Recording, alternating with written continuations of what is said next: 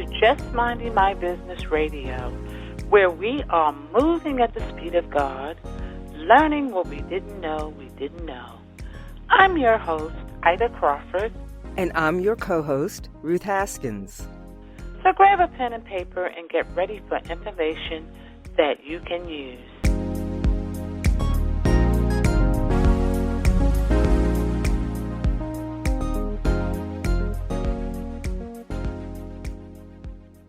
Welcome to Just Minding My Business, our Facebook Live edition. We hope you had a productive day. The artist Tiffs Bass is an accomplished musician who began piano at the age of 7 and has been in love with music ever since. She began formal musical training at 11 years old and shortly after started her primary instrument, bass guitar.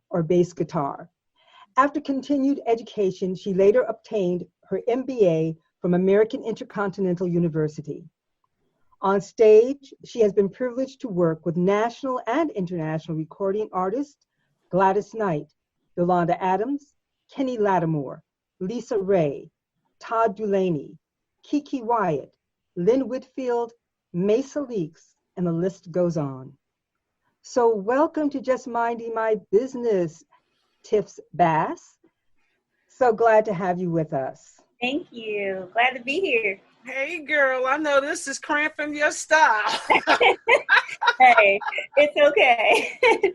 Oh, my God. You have to see Tiff in concert. She is more than the bomb.com.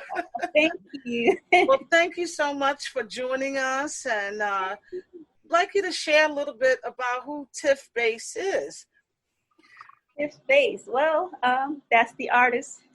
That's the artist side of me, which is pretty much my whole life. I play bass guitar. I do shows, my own shows, as well as play for other people. So I do lessons and clinics and all types of things like that. So how did you get started with this? How did you know you were going to be doing this? I was born to do it. I started on piano, so I didn't know at the time, when I was like 6 or 7, that I was going to play bass. And I think when I was around 11 is when I started playing bass. I'm sorry, no, that's when I discovered bass. But, I used to hear bass in songs all the time, and I wanted to play. But I was already into music. I just didn't know I was going to be playing bass. But once I heard it, I knew that was my instrument, so. Okay. Ruth, you look like you got something twirling around in your head. I'm always curious. When I hear someone say at such a young age that they fell in love with music, you fell in love with music. I did. What was it that intrigued you or lit you up? Well, being that I first was drawn to keys, to piano, I think it was the melodies that first intrigued me. That kind of rolled over into bass, not in such a good way, because as a bass player, you're not supposed to only play melodies. You're supposed to let the piano player do that. But it also shaped my artistry, where I can give that approach, when I play as an artist. And as well as working, you just have to make sure, when you're just the bass player and then when you are the artist. So, but yeah, it's two different roles. Is anyone else in your family musically inclined? Yes, one of my sisters plays keys, and she sings as well. She more so sings now. So, yeah. So in your family, when you decided that, this is what you wanted to do, what was the reaction, your parents' reaction?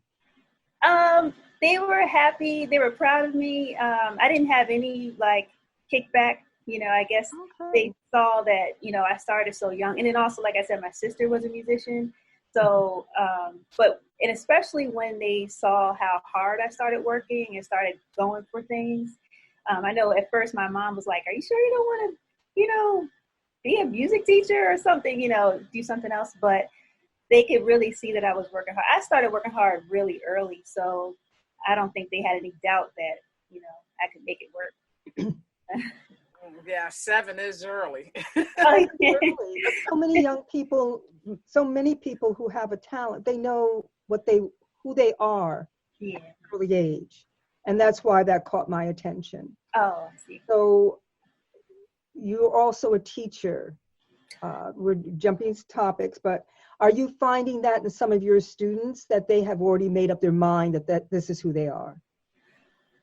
Some of my younger students, yeah, not so much my older students, or I should say adults, but some of my younger students, I can see that they've made their mind up. They're going to be a musician to some capacity, whether it's part-time or full-time. So these are the questions that people always want to know, and it's very interesting. I'm asking out of my own background. When you say that you're a musician, people will say that, oh, well, she plays a bass guitar. She's on stage. But really, what does it mean to be a musician? I know it's a really tight line to walk, but it's like someone saying to a dancer, oh, I know you're a dancer. I see you perform on stage. But what is it? What do you mean when you say that you're a dancer? And it's okay. So more so like, what does it really mean to be a musician? Mm-hmm. I think to me, I don't think everybody's a musician. I think when you really study music, period, that makes you a musician. Some people, whether you go for formal training or private training, formal training or self-taught or whatever, if you study music, period, then I think you're a musician. If you study just your instrument and you know nothing about music, outside of, you don't know any theory, it doesn't mean that you're, not a good person or not a good musician or not a, good instrumentalist. But I think once you really put your mind and your time into studying music, and not so much other artists, but just music, period. That's a whole, art to study. I think it makes you a true musician. So very fine. That's what I was getting at exactly, because that is so important. You hear a lot of, people, like you said, you have a lot of young people saying, well, I want to be in an R&B or jazz or whatnot. Right. And they have a very narrow view of what that means. Right. But to be a musician, to be an artist means something totally different. And I think even if you only play one genre, that's fine. Mm-hmm. I have my thoughts on that. I think you should play more than one genre to be more well-rounded. I always use this analogy. It's like being a veterinarian that only works on dogs or only works on cats. You're not a veterinarian. That's right. You know dogs and know cats. Yeah, I just think if you're going to be a musician, whether you play one instrument or not, one genre or not, study music, period. Study the whole, know music, know how it works. That way, when you're in a band, whether you're the artist or just a band member, you know what's going on. You hear keys playing something, you know what the keyboard player is, what chord progressions they're playing, you know what the saxophone player is playing, drum, you have a good, well-rounded understanding. I think that's important. I believe it's sometimes when you see a concert and it's really good, one of the reasons you're really excited is because everybody is so in sync. They're individually what they're doing, they're connected. They're connected, and you can see it, especially when they break out and they jam for a while, and you can see and hear how connected they are. Yeah, that's what makes it so exciting. And I know for a while there, we got into the thing about, just keyboards. And I remember, I can't remember the name, lip syncing. Oh, yeah. Remember that disaster. And people were really upset by it because, they thought these people were real musicians until something got out of kilter and they got found out. Disasters happen. That's another thing, I think, another reason why it's important to study everybody in the room or everybody's parts, I should say, if you have the time, because on stage, all kinds of things happen. And sometimes the audience has no idea. Like a keyboard play, I remember a few times on stage, the keys went out and it wasn't the keyboard player's fault, it was the sound. So because I knew the keyboard player's lines, at least the key lines of the song and that part, I just kind of picked it up until they got the sound right. But awesome. Things like that. If you don't know it, it's not a bad thing, but it's really helpful if you can help everybody out a little bit. And then if, you can accent off of other people in the band as well. It just adds more, personality to the whole structure what's going on. So. Mm-hmm.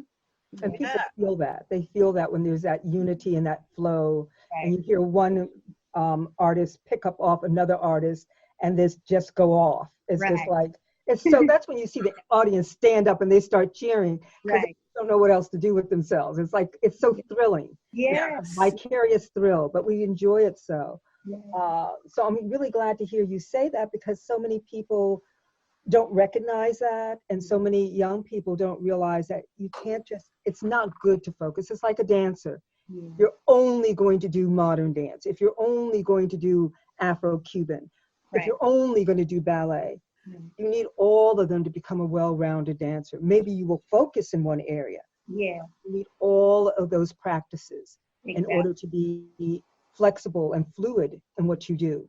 And you So- get more work that way too. I mean, imagine being a bass player and you call yourself a musician, and somebody calls you from Europe and they're like, I need you to play jazz. And you're like, I don't play jazz, I only play R&B. I mean, oh, but you're a musician. Yeah. Like it can be kind of, narrow. It could be kind of limiting if you only play one genre. So, Mhm. so Yeah. tell I'm us, glad to hear you say that. Young people need to hear that. yes, I want to know the experience that you had playing with Gladys Knight and all of the different people that you've played with. Right. Well, Gladys Knight, I opened for her. That was, I think, the funniest, the greatest story I take from that is when I accidentally went in her green room and set up my own shop. I didn't realize it was her green room, and it was so funny. Yeah. Uh-oh. And then it was so funny. I went back to get my stuff, and her bodyguard was standing there, and I was just like, it's in the wrong room. But yeah, that was at the Hamilton in DC, the Hamilton stage down there at the bottom of the hotel.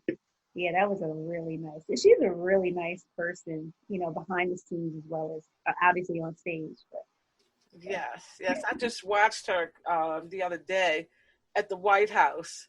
yeah, For Clinton, she put a show on. No, not Clinton, but I'm sure she's been there for Clinton, but for Obama. oh yeah. That was a really nice show. Mhm. So tell us about some of the other stars that you work with. They're always fun. Name one. I'll try to, right now my career is kind of going back and forth where I work with, some of the other artists out there, mainstream, non-mainstream. And then when I do my own shows, sometimes I'm able to have, my favorite artists as well on my show. So, the one thing I will always find is consistent is the ones that I do work with are some of the best people, because, not every star or artist is a nice person. So the ones that I have worked with are phenomenal people of character, in general. And that's a blessing, because I've heard some horror stories on the way up, not everybody is nice. Mhm. And it makes it easier to work with people when they have the right attitude, the right demeanor. Right. When somebody comes in, anybody in any industry, if they're hard to work with, it just brings too much tension to the mix, and it doesn't make for good cohesiveness. Right. And also a callback. I mean, if you work with someone and they're hard to work with, you're 9 times out of 10 not going to want to work with them again, for Yes. anything. So. Yeah. That goes without saying. You don't want to work with someone that you, and especially if you have to work with them for days on end Right. for an event. Yeah. And having to deal with someone who has a personality issue, I'll just put it that way. Right. You're just uncomfortable, you're on edge, everybody's on edge. Right. And, there's some people who they are famous, they are good at what they do, but they also have humility. Right. I think that's the key quality, to be good at what you do, but still be humble. Yes. Then you're easier to work with. Much easier. And like I said, those are the ones that I've been blessed to work with. And, too, at the end of the day, I think for me, I look at a lot of celebrities and stars as people. So it makes it easy for them to work with me, versus, that's another thing that a lot of people don't think about. If you treat everyone like, you respect their position, but you treat them like a human, you treat them like, one that you love to work with, but you don't act like a fan, they're really going to, be comfortable working with you. It's hard to work with people that, and I hate to say it, but it's hard to work with people that act like fans. Yes. Idolizing. Imagine. Idolizing, yes. Yeah, so that's the other side of it, is not just what it's like to work with, for celebrities to work with them, but what is it like for that celebrity to work with you? Mm-hmm. If they feel like you're not necessarily common ground, but just, artist to artist, friend to friend, it's so much easier for everyone. And they're more likely, going to work with you again or something like that. So. Yes. So tell us what you've been working on. Well, last year was a whole lot of traveling. So I didn't get to, when I came back after the City Winery show, I went straight to New York for a while. So I just now got back into working on my EP. And that's how I was able to finally get Paradise out. So that's 2 singles out so far. So I'm working on the EP right now. Oh, okay. So tell us what the thought was for Paradise before we actually play it for our viewers. As usual, I don't know what I was thinking. It's definitely different than Viscosity, my first single. It's like when I write, it's so funny because it's so hard to perform these songs live. The same way, I have to make a whole live version because I can't really, and it's so funny, I have to reteach myself what I wrote in the middle of the night, let alone teach the whole band. So I can't tell them what I was thinking because I don't even know what I was thinking half the time. But, I like to capture those moments and record them when I can and then, just keep going. So I don't know what I was thinking when I recorded Paradise. I think my vibe was like jazz fusion that day. But, yeah. And that's pretty much how music is. I know I love music, and it depends on my mood for that day. Right. What I feel like listening to. Yeah. And I have all types of music, country. Mm-hmm. My favorite is jazz, R&B, Right. So I've got, what am I feeling today? And I'll just pop it on, Every day is different. Yes, every day is very different. So yeah, that's how I do it. But I'm going to go ahead and let our audience just hear your latest, Paradise.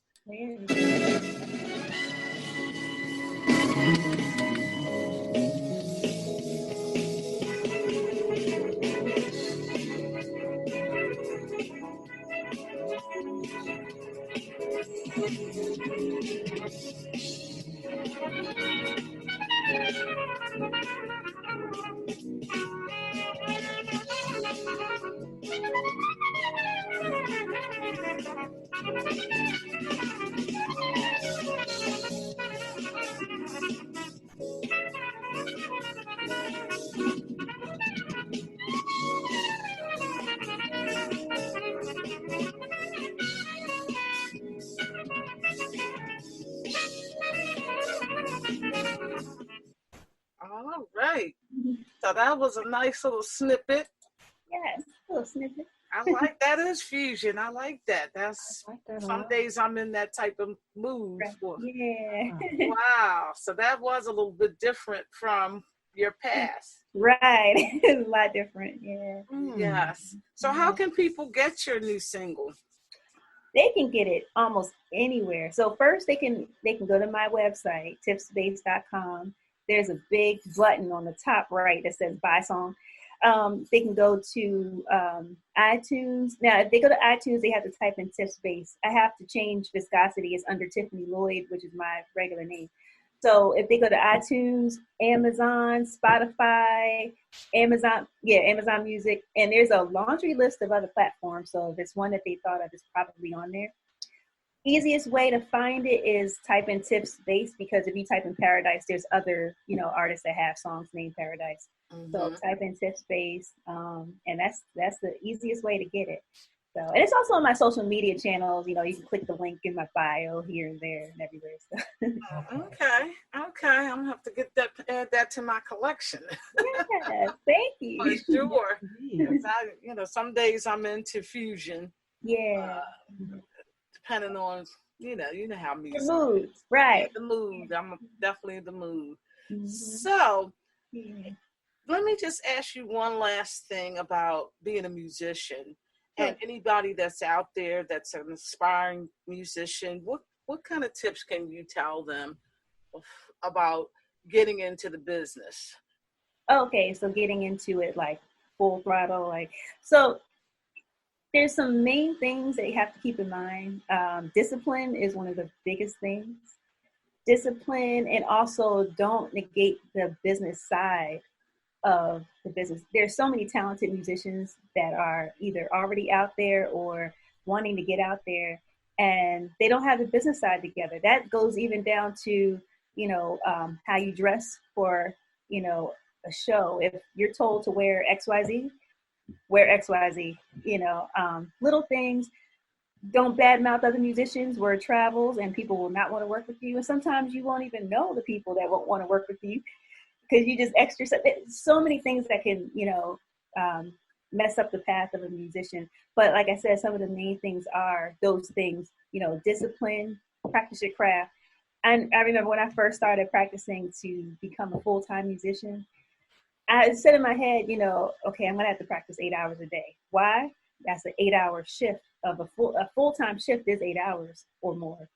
So I need to put the time in. So you have to put the time in there. I can't, you can't really expect to become a really accomplished, skillful musician if you put in hardly any time into it. So time, which goes hand in hand with discipline, and just make sure that, you just be a decent person.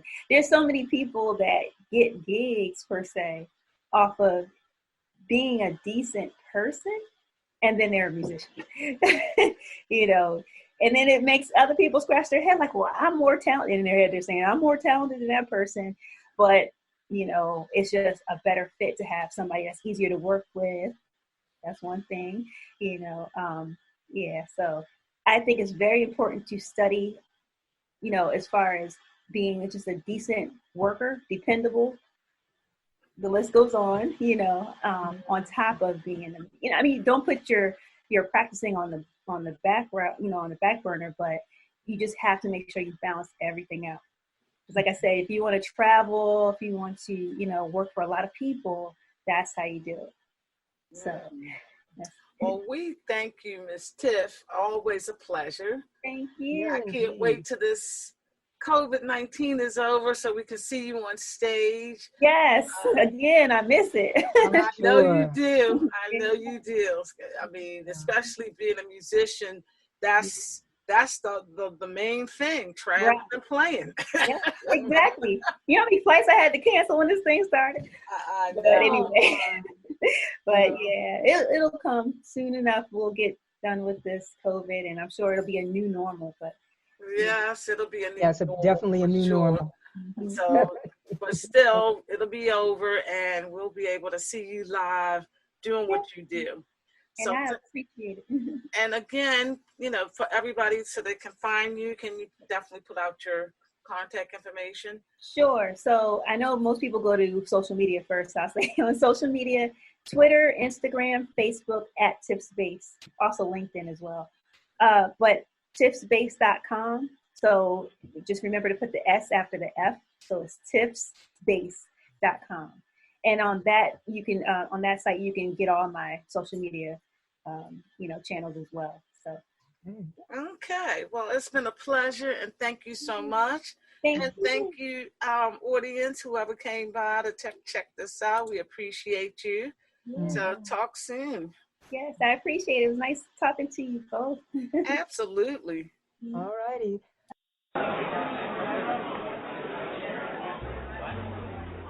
Word on the street says there's something new at Just Minding My Business Media. You've heard our podcast, Just Minding My Business Radio, that brings news and views you can use. That airs every Thursday at 6 p.m. on iHeartRadio, iTunes, YouTube, Spotify, and Spreaker. Well, now you can watch Just Minding My Business. That's right. Just Minding My Business Media now has a TV presence on Raven International TV Network, broadcast on Roku, Fire, and Apple TV.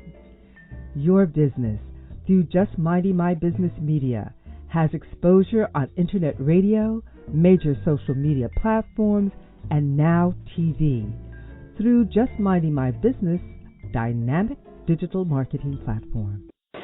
Don't listen to the word on the street. Hear it for yourself. Visit jmmb.assistercircle.org to learn how you can take your business, your vision, to the next level. Thank you to the amazing women of A Sister Circle Empowerment Network, ASCEN LLC, and our media partners. Let Just Minding My Business Media promote your business. For information, visit us at jmmb.assistercircle.org. That's jmmb.assistercircle.org. Voiceovers by RCH VoiceWorks, for when you want to be heard. Call 443-620-4115.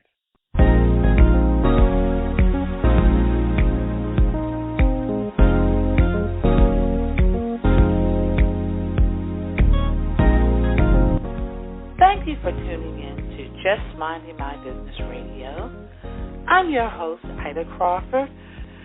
And I'm your co-host, Ruth Haskins. We hope you enjoy the show and appreciate you stopping by.